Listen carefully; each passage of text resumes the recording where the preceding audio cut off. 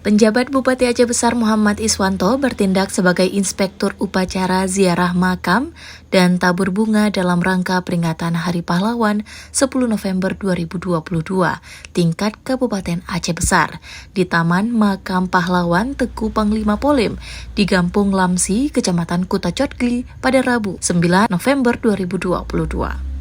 Makam pahlawan Teku Panglima Polim tersebut terletak sekitar 1,3 km dari Jalan Nasional Banda Aceh Medan, sedangkan upacara ziarah makam dan tabur bunga dalam rangka peringatan Hari Pahlawan 10 November 2022 tingkat Kabupaten Aceh Besar itu dimulai pukul 9 WIB. Dalam upacara yang berlangsung khidmat tersebut, PJ Bupati Aceh Besar bersama Forkopimda ikut menabur bunga di pusara makam pahlawan itu. Selanjutnya doa dipimpin Ketua MPU Aceh Besar, Tengku Haji Nasruddin.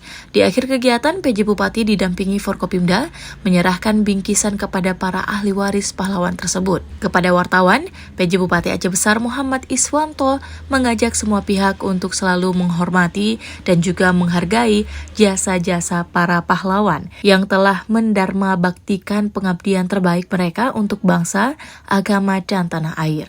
Mari kita selalu menjadikan pahlawan sebagai teladan dalam kehidupan ini. Ajak Iswanto.